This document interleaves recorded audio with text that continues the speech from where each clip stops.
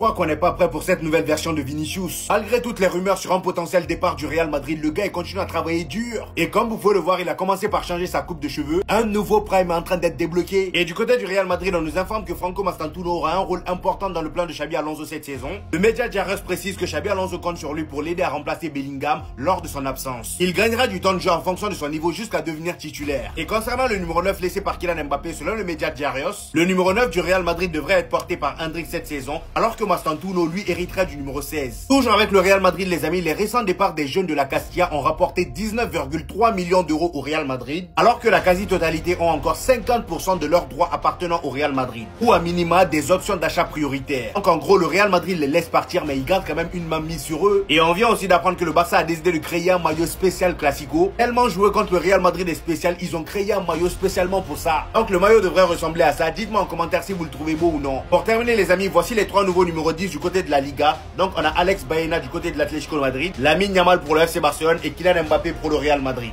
L'Arabie Saoudite est en train de dire au football européen d'aller se faire enculer.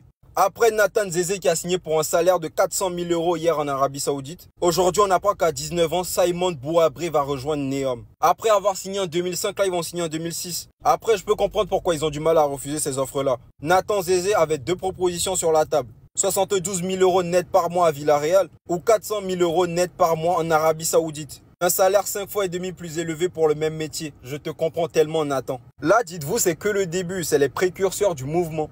Et le pire dans cette histoire, c'est que Simon Bouabré, il est bourré de talent. Là, c'est des joueurs qui pouvaient jouer pendant quelques années au plus haut niveau en Europe et après bouger tranquillement dans des clubs comme Neom. Mais après, c'est normal, les gars. Il a 19 ans, il va toucher des millions sur une saison. Le demi-million par mois, les gars. Est-ce que tu as capté le délire? Bref, les gars, c'est que le début, l'Europe va perdre de plus en plus de talent parce que les frérots, ils ont trop de talent et quand ils vont les poser sur la table, les petits vont bégayer. L'Europe va perdre de plus en plus de jeunes cracks.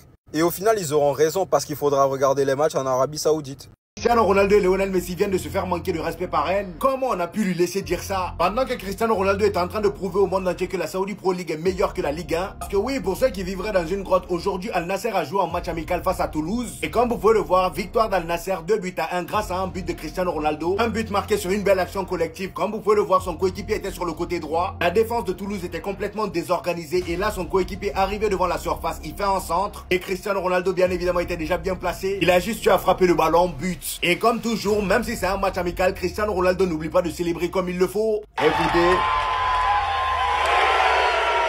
Eh oui, il célèbre toujours comme si c'était son dernier but. Il y a Sadio Mané qui vient célébrer avec lui. Joao Félix aussi va venir. Un compatriote qui l'a rejoint il n'y a pas longtemps. Et dites-vous que lors des 3 derniers matchs qu'il a joué, le gars il a inscrit un but dans chaque match. Et pendant ce temps, Lionel Messi du côté de la MLS termine meilleur joueur du mois avec 8 buts marqués et 5 passes décisives en 5 matchs. Et depuis son arrivée à l'Inter Miami il y a 2 ans, les amis, ça fait désormais 68 matchs joués pour Lionel Messi et 84 GA. Il claque des buts et il profite avec sa femme. Quelle fin de carrière. Ça, c'est un vrai couple. Dites-vous que ceux qui sont sortis sur cet écran là avant Lionel Messi et Anthony là, et bah c'était pas un vrai couple. Ils sont fait attraper en 4K. Et pendant ce temps, on a cette Alexa Liman ou je ne sais quoi Liman. Il vient se comparer à Cristiano Ronaldo et Lionel Messi alors qu'on la connaît juste pour son...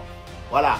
Elle dit j'étais meilleur que Lionel Messi et Cristiano Ronaldo. Elle l'affirme. Maintenant, ils sont plus âgés. Je suis meilleur. Est-ce que ça vaut la peine même de débattre avec elle là? Bref, on s'arrête là. Classer Vinicius dans quelle catégorie au Real Madrid? Pour moi, les gars, à 25 ans, c'est déjà une légende du club, bien évidemment.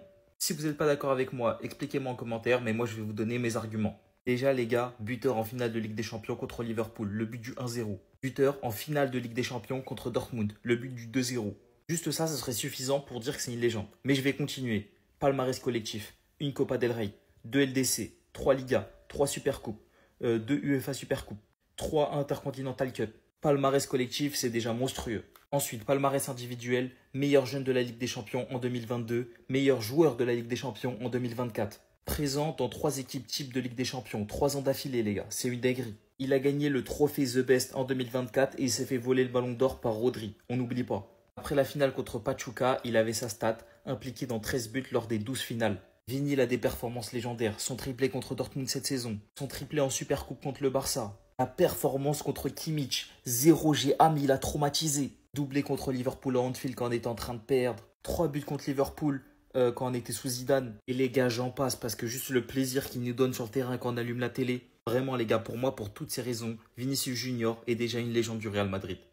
Là, il y a un gars qui a sorti le classement des meilleurs buteurs entre 2010 et 2020. On peut voir le top 10 rapidement. On retrouve Messi, CR7 avec 600 buts quasiment chacun. Lewandowski, Neymar, Luis Suarez, Zlatan, Edinson Cavani, Sergio Aguero, Aubameyang et Romelu Lukaku en 10e position. C'est vrai qu'on retrouve pas notamment un homme, le ballon d'or du peuple. Et là, ça commence un peu à le vanner par rapport au fait qu'il n'était pas dans ce classement-là. Karim B, quand ça a enchaîné les descentes à la cité, il n'était pas là. Il a attendu que tous les méchants soient en prison.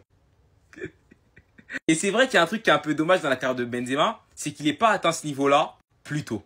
C'est qu'il n'ait pas performé à ce niveau-là, comme on a pu le voir entre 2020 et 2023, pendant la décennie 2010 à 2020.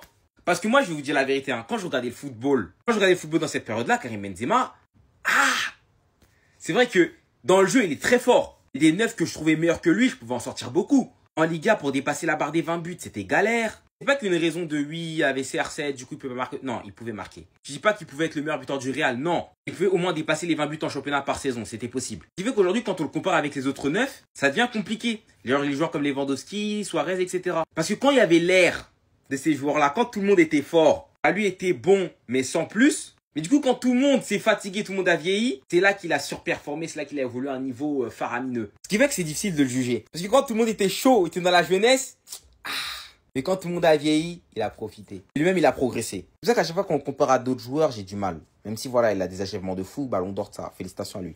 Regardez bien CJB. Pour un match amical, hein.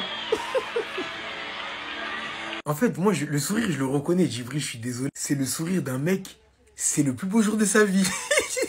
Même à son mariage, là, je suis pas sûr qu'il ait souri comme ça. S'ils ont commencé à le terminer, j'étais obligé d'en faire une vidéo. Moi, je le comprends. Si JB, moi, je sais pas si j'aurais souri, je sais pas ce qui serait passé, mais je te comprends. CR7, il a trop d'aura, les mecs. CR7, il était à côté de lui. Pourtant, Djibril Sidibé, grosse carrière. Champion du monde. Voilà, il a fait sa petite carrière en Ligue 1, sa petite, excusez-moi du peu. Il a joué la Ligue des Champions, il a fait pas mal de choses dans sa carrière. Et ces moments-là restent uniques. D'autant plus qu'il l'a vu jouer devant lui. Et c'est pas tout le monde qui a la chance d'affronter Cristiano Ronaldo. La légende du football, les gars, la légende vivante. Avec tout ce qu'il a pu accomplir. Aujourd'hui, d'ailleurs, il marque un but. Il s'est pas mal régalé avec 2-3 dribbles intéressants. Franchement, ça fait plaisir de voir Ronaldo affûter de la sorte. Mais Djibril Sidibé, il a souri parce que CR7, il a trop d'aura. Et vrai reconnaît vrai. Il sait respecter les légendes comme certains ont décidé de ne plus respecter Cristiano Ronaldo. Lui, il a décidé de le respecter. Et il reconnaît le joueur qu'il est. Son sourire, il parle pour lui. C'est-à-dire que c'est son corps qui a réagi à sa place. Rendez-vous compte de l'aura du mec. Respectez Cristiano Ronaldo, restez sobre, abonnez-vous les gars, ça frappe. Madrilène, il y a un truc qu'on a oublié de souligner en ce moment. Federico Valverde est en vacances. Donc vous voulez me dire qu'il y a un monde où Valverde ne joue pas au football? Non, c'est faux les gars, vous me déréglez. Regardez ici, petite sortie entre amis. Regardez sa tête les gars, ça se voit, il est bien. Il a la tête d'un mec qui se repose. Voilà, il est en train de kiffer les gars. Non, c'est trop. Regardez-le ici, ou même là. Oh les gars, moi personnellement, ça me fait plaisir de le voir comme ça. Il le mérite clairement. Il a joué presque tous les matchs cette saison les gars. Est-ce que vous vous rendez compte? Que ça soit en club ou même en sélection, c'est trop les gars. Et je tiens à vous prévenir dès maintenant. Vous l'avez bien vu, il s'est reposé. Cette saison, tenez-vous prêts. Il va vous rappeler quel genre de joueur il est. Parce que ouais, vous avez oublié. Il va vous rappeler c'est quoi être un capitaine au Real Madrid. Guide Madrilène, on vous donne la voix. Venez suivre les gars.